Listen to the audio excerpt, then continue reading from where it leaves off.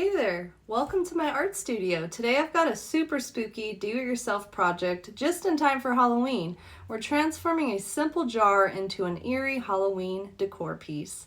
That's perfect for adding a creepy vibe to your space. Let's jump right in! First things first, we need to remove the label from our jar.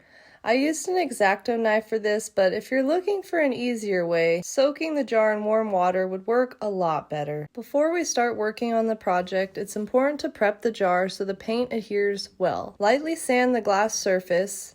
This will help the paint stick better by giving it something to grip onto. After sanding, wipe down the jar with rubbing alcohol to remove any oils or dust. This step is key to ensuring a smooth and long-lasting finish. Now comes the fun part, creating our spider web design.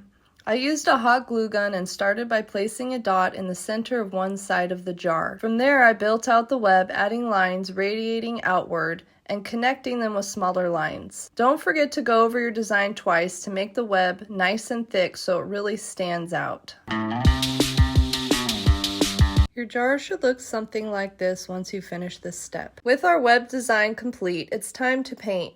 I covered the entire jar in black acrylic paint. This creates a dark, spooky base that's perfect for our Halloween theme. I painted mine with a couple of coats of black paint to make sure all of the cracks in between the hot glue is covered nicely. Let the paint dry completely before moving on to the next step. Now this is obviously not the same jar, but I forgot to film this next step, so I thought I better record it using this as an example. Once the black paint is dry, I added a bit of silver paint to highlight the web design. I used a dry brush technique, lightly brushing over the glue lines to make the web really pop. You could use white paint if you want a more traditional spider web look, but I love how the silver adds a little extra flair. This is how your jar should look once you finish that step. To make sure the paint doesn't chip, I recommend sealing the entire jar with a layer of Mod Podge. Next, I took some black netting and glued it to the top of the jar.